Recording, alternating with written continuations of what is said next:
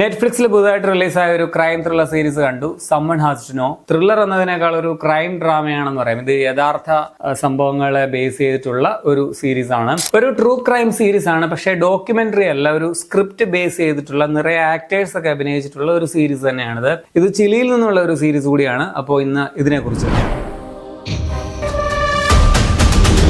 ഒരു ടീനേജ് പയ്യനെ ഒരു രാത്രി കാണാതാവുന്നതും അതിന്റെ കേസ് അന്വേഷണവും ഒക്കെയാണ് ഈ സീരീസ് പറയുന്നത്. 1999 നടന്ന ഒരു യഥാർത്ഥ സംഭവത്തെ ബേസ് ചെയ്തിട്ടുള്ള ഒരു സ്ക്രിപ്റ്റ് ആണ് ഇതിനുള്ളത്. നല്ലൊരു പ്ലോട്ട്, നല്ല പ്രൊഡക്ഷൻ ക്വാളിറ്റി ഒക്കെ ഉണ്ട്, കുറച്ച് നല്ല ക്യാരക്ടേഴ്സ് ഉണ്ട്, അഭിനയിച്ചിരിക്കുന്ന എല്ലാ ആൾക്കാരുടെയും നല്ല പെർഫോമൻസും ഇതിലുണ്ട്. ഇതിന്റെ മിസ്റ്ററി എന്താണെന്ന് അറിയാനുള്ള ഒരു ആകാംക്ഷ കൊണ്ട് അത്യാവശ്യം എൻഗേജിംഗ് ആണെന്ന് പറയാം. പക്ഷെ പ്രശ്നം എന്താണെന്ന് വെച്ചാൽ ഈ സീരീസിന് മൊത്തം 8 എപ്പിസോഡ് ഉണ്ട്. ഓരോന്നും ഒരു 35 മുതൽ 45 മിനിറ്റ് വരെ ദൈർഘ്യം വെച്ചുള്ളതാണ്. പക്ഷെ അതിന്റെ ഒരാവശ്യവും ഇല്ല എന്ന് തോന്നി. ഇങ്ങനെ ഒരു കഥ പറയാൻ അല്ലെങ്കിൽ ഇങ്ങനെ ഒരു എൻഡിങ് ഒക്കെ ആണെങ്കിൽ ഇവർക്ക് 2-3 എപ്പിസോഡിൽ തീർക്കാവുന്നതേ ഉള്ളായിരുന്നു, അല്ലെങ്കിൽ ഒരു 1.5 മണിക്കൂറുള്ള ഒരു സിനിമ പോലെ തീർക്കാവുന്നതേ ഉള്ളായിരുന്നു. സോ ഇത് സ്ലോ ബേൺ എന്നല്ല, ഡെഡ് സ്ലോ എന്ന് പറയേണ്ട ഒരു സീരീസ് ആണെന്ന് പറയാം. സംഭവം എന്താ കാര്യം എന്നുള്ളതൊക്കെ നമുക്ക് ഏകദേശം ഒരു 1-2 എപ്പിസോഡ് കൊണ്ട് തന്നെ നമുക്ക് മനസ്സിലാവും. പക്ഷെ പിന്നെ ഇതിങ്ങനെ ഒരേയിടത്ത് തന്നെ കിടന്ന് വട്ടം കറങ്ങിക്കൊണ്ടേ ഇരിക്കുകയാണ്. എങ്ങും പുതുതായിട്ട് ഇത് കഥ എത്തിച്ചേരുന്നുമില്ല. യഥാർത്ഥത്തിൽ നടന്ന ഒരു കാര്യമാണ്, എന്താണ് ഈ കേസിന് സംഭവിച്ചതെന്നൊക്കെ ഓരോ എപ്പിസോഡിന്റെ അവസാനം ഇവർ എഴുതി കാണിക്കുന്നതൊക്കെ ഉണ്ട്.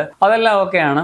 എന്നാലും ഇവരിതിൽ കുറച്ച് ഫിക്ഷൻ ഒക്കെ ചേർത്തിട്ടുമുണ്ട്. എന്നാൽ പിന്നെ ഇത് കുറച്ചുകൂടി ത്രില്ലിംഗ് ആയിട്ട് ഇവർക്ക് ഒരുക്കാമായിരുന്നു. ഇൻട്രസ്റ്റിംഗ് ആണ്, പക്ഷെ കഥ അങ്ങോട്ട് മുമ്പോട്ട് നീങ്ങുന്നില്ല. ഒന്നുമില്ലെങ്കിലും ഇത് ഇത്രയും വലിച്ചു കിട്ടാതെ ചെയ്യാൻ പറ്റുമായിരുന്നു. അങ്ങനെ കുറച്ചുകൂടെ ക്രിസ്പ് ആയിരുന്നെങ്കിൽ സംഭവം റെഡിയായിരുന്നു. ക്യാരക്ടർ ഡ്രിവൺ ആയിട്ടുള്ള ഒരു സീരീസ് ആണിത്. ഇതിലൊരു അമ്മ കഥാപാത്രമുണ്ട്, കാണാതായിട്ടുള്ള ഒരു പയ്യന്റെ അമ്മ. പോളിന ഗാർഷ്യ എന്നൊരു നടിയാണ് ചെയ്തിരിക്കുന്ന ഒരു കിടിലം പെർഫോമൻസ് ഒക്കെയാണ്. പ്രത്യേകിച്ച് എൻഡിങ്ങിലെ ഒരു സംഭവമൊക്കെ നൈസായിട്ട് ചെയ്തിട്ടുണ്ട്. അതുപോലെ ആ പയ്യന്റെ ബ്രദറായിട്ട് വരുന്ന ചെറുക്കൻ, പിന്നെ ഇതിന്റെ ഇൻവെസ്റ്റിഗേഷൻ ടീം, അതിന്റെ ഹെഡ്, പിന്നെ ഇതിലൊരു പള്ളിയിലച്ഛനുണ്ട്. സത്യം പറഞ്ഞാൽ ഈ അച്ഛൻ, അതായത് അയാളുടെ കുമ്പസാര രഹസ്യമൊക്കെ ഇതിൽ വലിയ പ്രാധാന്യമുള്ളതാണ്. കഥ ഇങ്ങനെ കുറച്ച് കോംപ്ലിക്കേറ്റഡ് ആക്കുന്നതും ഈ ഒരു ക്യാരക്ടർ അല്ലെങ്കിൽ പള്ളി നിയമങ്ങളൊക്കെ കൊണ്ടാണ്. പിന്നെ ഇതിൽ അഭിനയിച്ചിരിക്കുന്ന എല്ലാവരും നന്നായിട്ട് പെർഫോം ചെയ്തിട്ടുണ്ട്. ടെക്നിക്കൽ ക്വാളിറ്റി ഉള്ള ഒരു സീരീസ് തന്നെയാണിത്. ക്യാമറ, ലൊക്കേഷൻ ഒക്കെ നല്ലതാണ്, സൗണ്ട് ഡിസൈൻ നല്ലതാണ്, എഡിറ്റിംഗ് നല്ലതാണെന്ന് പറയാൻ പറ്റുന്നില്ല. കാരണം ഡയറക്ഷന്റെ കൂടെ പ്രശ്നമാണ്. ഇത് ഇത്രയും വലിച്ചു നീട്ടേണ്ട കാര്യം ഉണ്ടായിരുന്നില്ലല്ലോ. ഞാനിപ്പോ ഈ വലിച്ചു നീട്ടി എന്നുള്ള കാര്യം എത്ര തവണ പറയുന്നത് എനിക്ക് തന്നെ അറിയില്ല, പക്ഷെ അതാണ് സത്യം. നല്ലൊരു പ്ലോട്ട് കിട്ടിയിട്ട്,